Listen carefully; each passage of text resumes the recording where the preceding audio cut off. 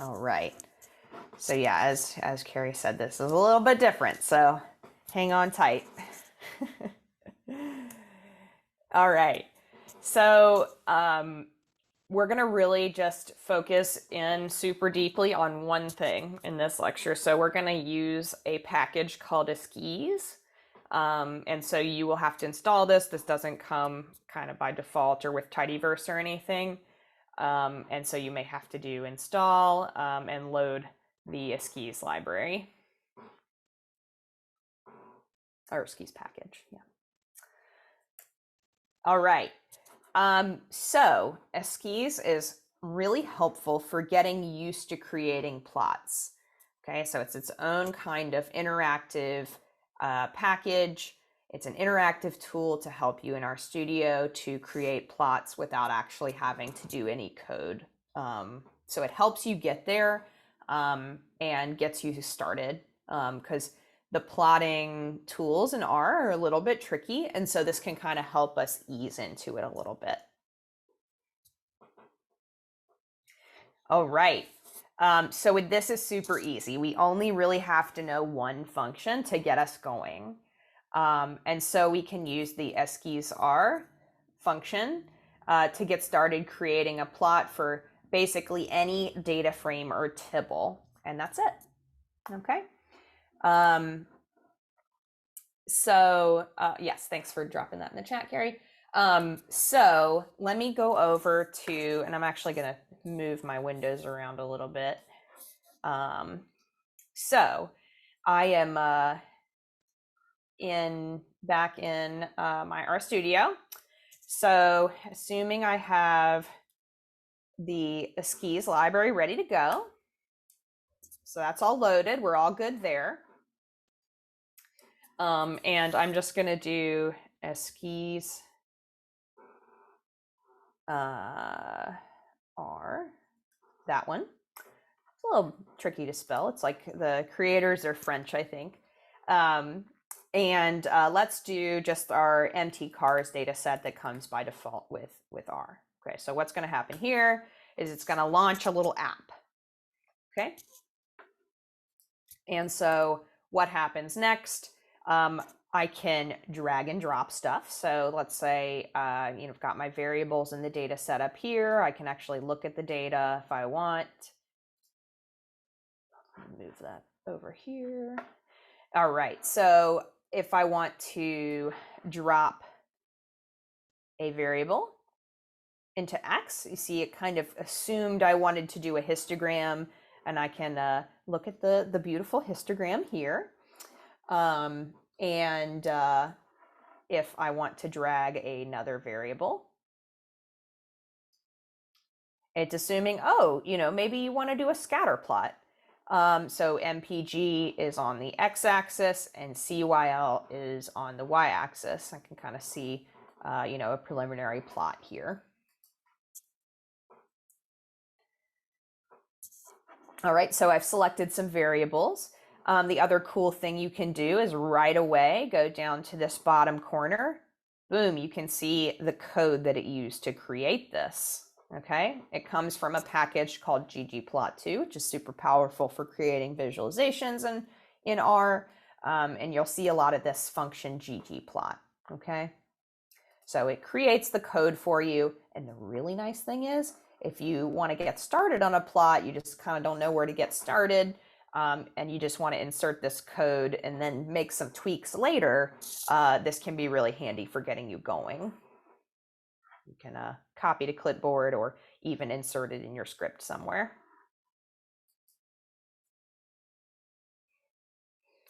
Okay, so up here on the left-hand side, you can change the type of plot.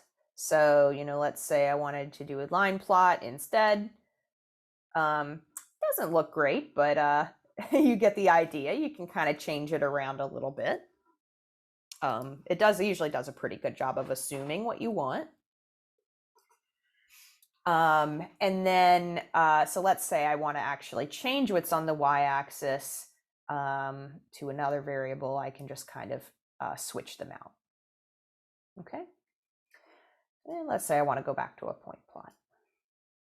Okay, that looks a little nicer. All right.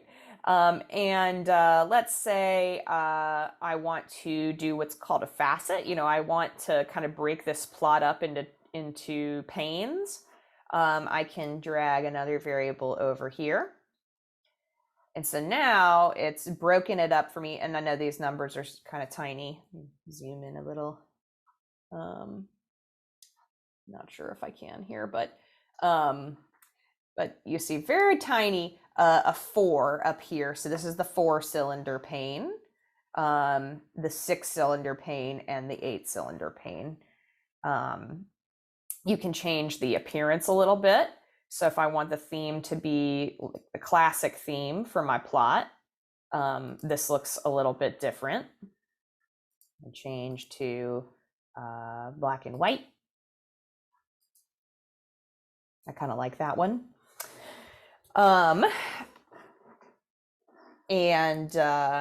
Let's see, what else could we add? So we can add something to size here. So you'll see all these dots are kind of the same size, but maybe we want a little bit more information. We could drag one of our variables down there. Okay, so now gear is indicated by this key over here, different sizes. I could do a different variable pretty easily.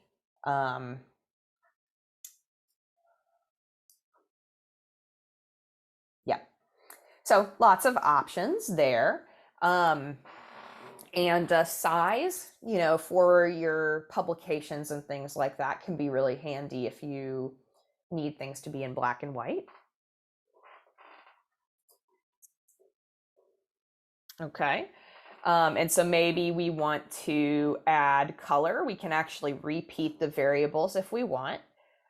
So if I drag cylinder over to color, I can kind of color them by what value they are. I could do something like HP instead. It's a little harder to see, but you see that these are kind of like the lighter blue and these are the darker blue down here.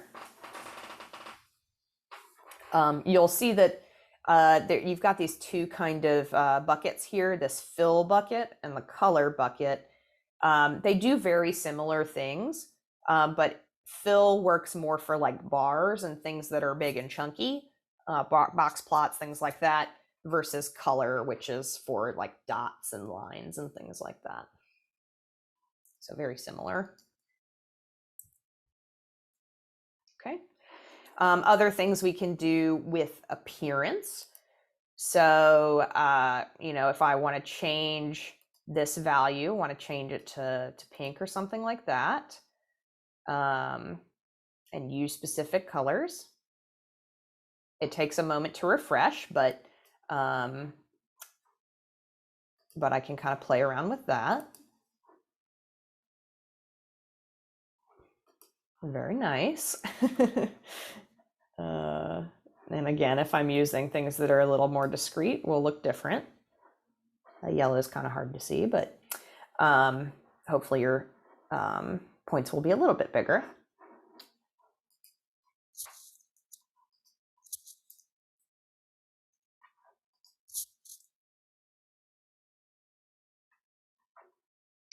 Okay, so let's get rid of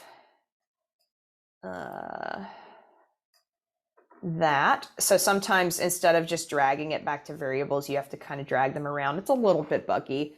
But yeah, let's say we want to add like a trend line here. We can do that.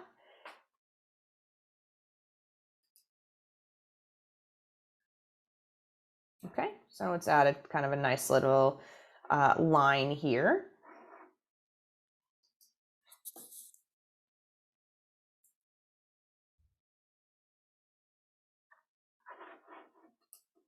Any other kind of things, more of just getting into the nitty gritty of the appearance.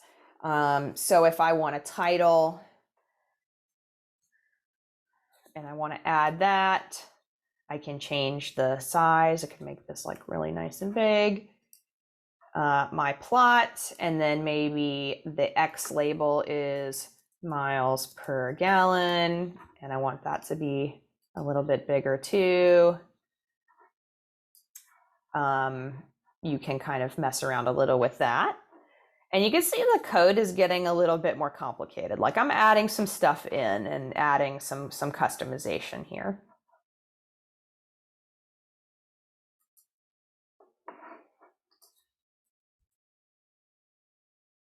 Okay, so let's go back to some of the slides. And so just to summarize, we're using this Esquisse R function, and a data set goes in here in the parentheses, and this launches that app that kind of helps you do some interactive stuff. And then remember that our code can be copied, can copy to clipboard. Oops, I think I just paused it. And then if I wanted to add it in, I don't know if it'll let me click on there, so I'll have to exit out. And I want to add it in to a chunk. I can do that. Okay.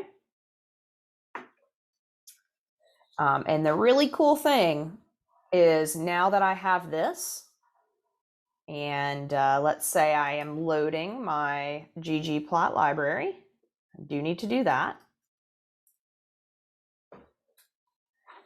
And I run this, I can generate that same plot again without having to worry about launching that interactive tool.